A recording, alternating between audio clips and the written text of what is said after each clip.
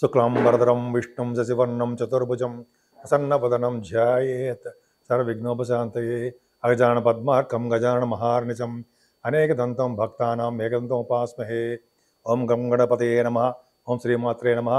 ఓం శ్రీ గురుభ్యో నమః. మా ఆది ఆస్ట్రాలజీని చూస్తున్న మీ అందరికీ, అలాగే విదేశాల్లో కూడా ఉంటూ నేను ఎంతగానో ఆదరిస్తూ ప్రోత్సహిస్తున్నటువంటి మీ అందరికీ కూడా పేరు పేరున నా హృదయపూర్వక నమస్కారాలు.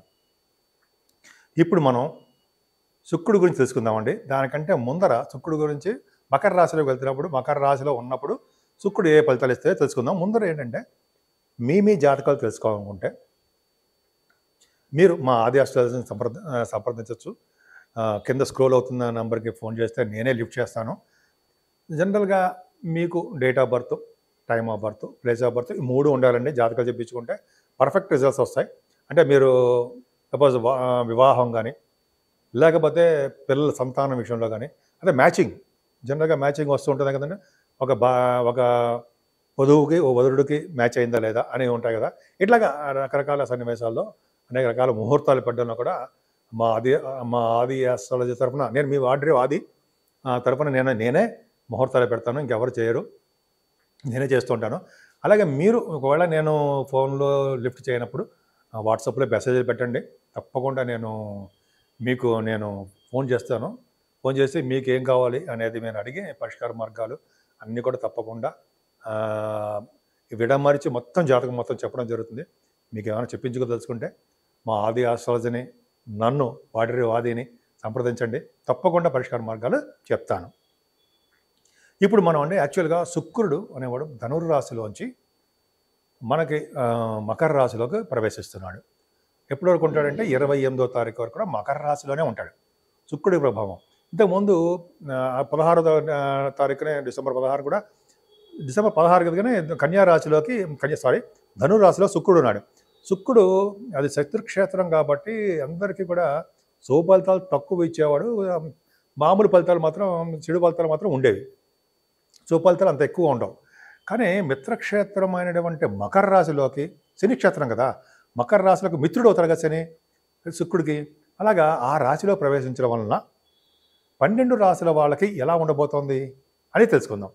ఈ శుక్రుడు ప్రభావం ఎప్పుడు 28 అంటే జనరల్గా 2వ తారీఖు డిసెంబర్ నుంచి 28వ తారీఖు డిసెంబర్ వరకు 26 రోజుల పాటు మకర రాశిలో ఉంటాడు శుక్రుడు. 12 రాశుల వాళ్ళకి ఏ ప్రభావం ఉంటుంది, ఎలా ఉండబోతోంది, ఆయన ఇచ్చే ఫలితాలు ఎలా ఉంటాయో తెలుసుకుందామండి. ముఖ్యంగా కన్యారాశి వాళ్ళకి శుక్రుడు మహాయోగకారకుడు అండి. ఆ శుక్రుడు 2nd house lord and 9th house lord. శుక్రుడు విపరీత రాజయోగకారకుడు. ఇప్పటివరకు 3వ భావంలో, అంటే 4వ భావంలో ఉన్నాడు. అది కాదు కదా, పంచమ స్థానంలో బ్రహ్మాండంగా ఉన్నాడు. అంటే 2వ తారీఖు డిసెంబర్ 2వ తారీఖు నుంచి 28 డిసెంబర్ వరకు ఉంటాడు. మంచి యోగాన్ని ఇస్తాడు. పంచమ స్థానం శుక్రుడు ఏం యోగాన్ని ఇస్తాడు? ముందర మీకు ఆడపిల్లలు పుట్టేట్టు చేస్తుంటాడండి. ఆడపిల్లల వలన, మీ సంతానం విషయంలో ఆడపిల్లలు ఉంటారు కదా, వాళ్ళ వలన మీకు ఆనందము, అదృష్టము, ఐశ్వర్యము ఎప్పుడు కలుగుతూ ఉంటాయి. మీ పిల్లల వలన మంచి యోగం కలుగుతుంది. మీ ఇంట్లో ఆడపిల్లలు ఉన్నారంటే లక్ష్మీదేవి ఉన్నట్టే. అద్భుతం. పైగా శుక్ర ప్రభావం వల్ల పంచమస్థానం శుక్రుడు ఉన్నాడంటే మంచి మంచి బట్టలు కొనుక్కుంటారండి. అంటే చీరలు కానీ, డ్రెస్సెస్ కానీ, మంచి ఆభరణాలు కొనుక్కోవడము, వాహన యోగాన్ని కల్పించడానికి కూడా ఆయనే కారకుడు అవుతాడు. ప్రేమగా ఉండేట్టుగా చేయడానికి కూడా శుక్రుడే కారకుడు పంచమస్థానంలో. అంతేకాకుండా సంగీతం, సాహిత్య, నృత్య కళాకారులకి పంచమస్థానం, టెలివిజన్ రంగంలో ఉన్న వాళ్ళకి పంచమస్థానం అదే కదండి. శుక్రుడు అంటే కళారంగం కదా, 2nd హౌస్ లార్డ్.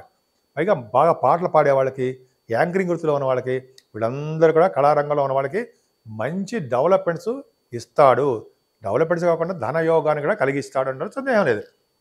అంతేకాకుండా ఈ షేర్ మార్కెట్లోను, స్టాక్ మార్కెట్లో ఉంటారు సార్, వాళ్ళందరూ కూడా ఈ ఫైనాన్షియల్ స్టేటస్ పెరుగుతుంది శుక్రుడు వల్ల. అంతేకాదండి, రాజకీయ రంగంలో ఉన్న వాళ్ళకి పదవులు రావడము, మాట నేర్పరితనము బాగా ఉండడము, శుభకార్యాలు, ధర్మకార్యాలు శుక్రుడు వలన చేయడానికి ఎక్కువ అవకాశం మీకు ఉంది. పైగా భాగ్యస్థానాధిపతి కాబట్టి భాగ్యం వృద్ధి అవుతూ ఉంటుంది. భాగ్యం అంటే ఏంటి? మీకు హైయర్ ఎడ్యుకేషన్ అంటాం కదా, భాగ్యస్థానము హైయర్ ఎడ్యుకేషన్ రీత్యా విదేశాలు వెళ్ళడము, హైయర్ ఎడ్యుకేషన్ రావడము, కొత్త వాహనాలు కొనుక్కోవడము. భాగ్యస్థానం కూడా మీకు సినిమా రంగం వస్తుంది, టెలివిజన్ రంగం కూడా వస్తుంది. సో అందులో ఒక ఇందాక చెప్పినట్టుగా అందులో డెవలప్మెంట్స్ ఉండడము, తీర్థయాత్రలు చేయడానికి కూడా అవకాశం శుక్రుడే ఇస్తాడు కదా. పంచమ స్థానం ఉన్నప్పటికీ భాగ్యాధిపతి కూడా అయ్యాడు కాబట్టి భాగ్యం వృద్ధి చెందుతూ ఉంటుంది. అంటే పుణ్యక్షేత్ర దర్శనాలు, కాశీ వంటి క్షేత్ర దర్శనాలు, గంగా స్నానాలు, మీకు అన్నీ బాగా భాగ్యస్థానం వృద్ధి అవుతూ ఉంటుందండి. ముఖ్యంగా విదేశీ పర్యటన చేస్తూ ఉంటాడు. మీరు ఏ వ్యాపారం చేసినా ఆ వ్యాపార వృద్ధి ఉంటుంది. భాగ్యస్థానం ముఖ్యంగా సినిమా రంగం, టెలివిజన్ రంగంలో ఉన్న వాళ్ళకి ఈ శుక్ర ప్రభావం, మకర రాశిలో శుక్రుడు వల్ల విశేషమైన ధన సంపదలు 2వ తారీఖు నుంచే కలుగుతున్నాయి. 2/12 నుంచే అద్భుతమైన యోగం మీకు ఉంది. ఇప్పుడు శుక్రుడు మారడం వల్ల అండి 12 రాసుల వాళ్ళకి శుక్ర ప్రభావం ఉంది కదా, చెప్పాను కదా. మరి రెమెడీస్ మరి ఏం చేయాలి? మేము ఆల్రెడీ చెప్పాను, కానీ ఇంకా ఏం చేయాలి, ఇంకా ఏం చేస్తే బాగుంటుంది అని అనుకుంటే, మన ఇంట్లో చేసేది ఏముంది పోనీ అనుకుంటే, జనరల్గా అండి అమ్మవారికి లలితా సహస్రనామాలు అంటే బాగా ఇష్టం.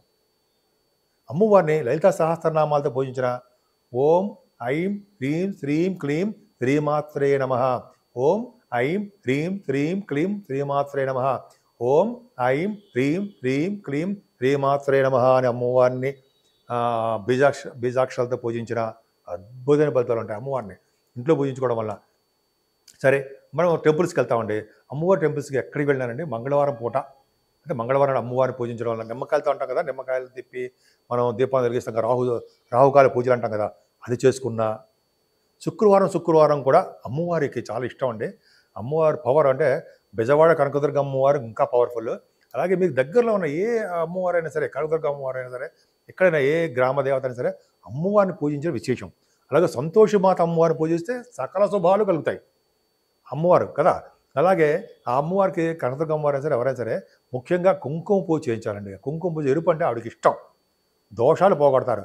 అలా ఎటువంటి గ్రహ దోషాలు ఉన్నా అమ్మవారి కుంకుమ పూజ చేయించుకుంటే పర్ఫెక్ట్గా గ్రహ దోషాలు పోతాయి. ఎందుకంటే అమ్మవారి యొక్క ఆధీనంలోనే ఈ గ్రహాలన్నీ ఉంటాయని చెప్పి మన శాస్త్రాలు ఉన్నాయి కదా, మనం చదువుకున్నాం, మనం విన్నాం కూడా. అవును, సరే, అదే ఒకటి. అంతే కదా, కొంతమంది మనం ఈ చండీ హోమాలను చేయిస్తుంటారండి. చండీ హోమాలు కూడా చేయించుకుని చాలా మంచిది. ఎందుకంటే అందులోనే నవగ్రహాలకి కూడా వాళ్ళు ఆవాహన చేస్తూ ఉంటారు పూజలు, హోమాలు. అంటే చండీ హోమంలోనే ఈ చండీ నవగ్రహాల యొక్క ఇది ఉంటుంది. అదొకటి. చండీ సప్తసతి అని ఉంటుంది. అది ఇలాగనే చేయించుకోవడం వల్ల శుక్రుడు వల్ల వచ్చే దోషాలు ఏమైనా ఉంటే అరికట్టడమే కాకుండా శుక్రుడు వచ్చే శుభ ఫలితాలు ఎక్కువ ఇవ్వడానికే అవకాశాలు ఉంటాయి.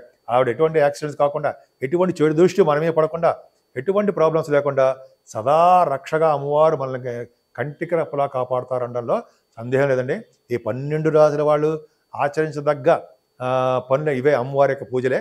సో ఈ విధంగా అమ్మవారిని ఎంత ఆరాధిస్తే అంత ఓం శ్రీమాత్రే నమః, ఓం శ్రీమాత్రే నమః, ఓం శ్రీమాత్రే నమః అనుకోవచ్చు. బీజాక్షరాలు మనం చెప్పలేకపోయినా 108 సార్లు మన ఇంట్లో అమ్మవారిని పూజించడం వల్ల ఓం శ్రీమాత్రే నమః అనే మంత్రం కానీ, అష్టోత్తరాలు, దుర్గా అష్టోత్తరం కానీ, మీకు ఏదైనా అష్టోత్తరాలు వస్తే అవి కానీ చేసుకుంటే సినిమా రంగంలో కాదు, చదువులో కాదు, పెళ్ళిళ్ళు కాదు, ఏదైనా సరే మీకు అమ్మవారు చక్కగా తీర్చిదిద్దుతారు. అన్ని రంగంలోనూ వృద్ధి కలిగించేటే చేస్తారు. శుక్రుడు ప్రభావం అలా ఉంటుందన్నమాట.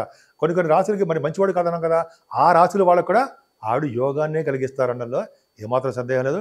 మీ అందరికీ అంటే 12 రాశుల వాళ్ళకి, మేషరాశి నుంచి మొదలు మీనరాశి వాళ్ళకు కూడా, మీనరాశి వరకు కూడా మీ 12 రాశుల వాళ్ళకి సర్వ శుభాలు, సర్వ సౌఖ్యాలు, ఆనందంగా, సౌభాగ్యంగా, ఎప్పుడూ నవ్వుతూ కళకళలాడుతూ ఉంటారని నేను మనస్ఫూర్తిగా కోరుకుంటున్నాను.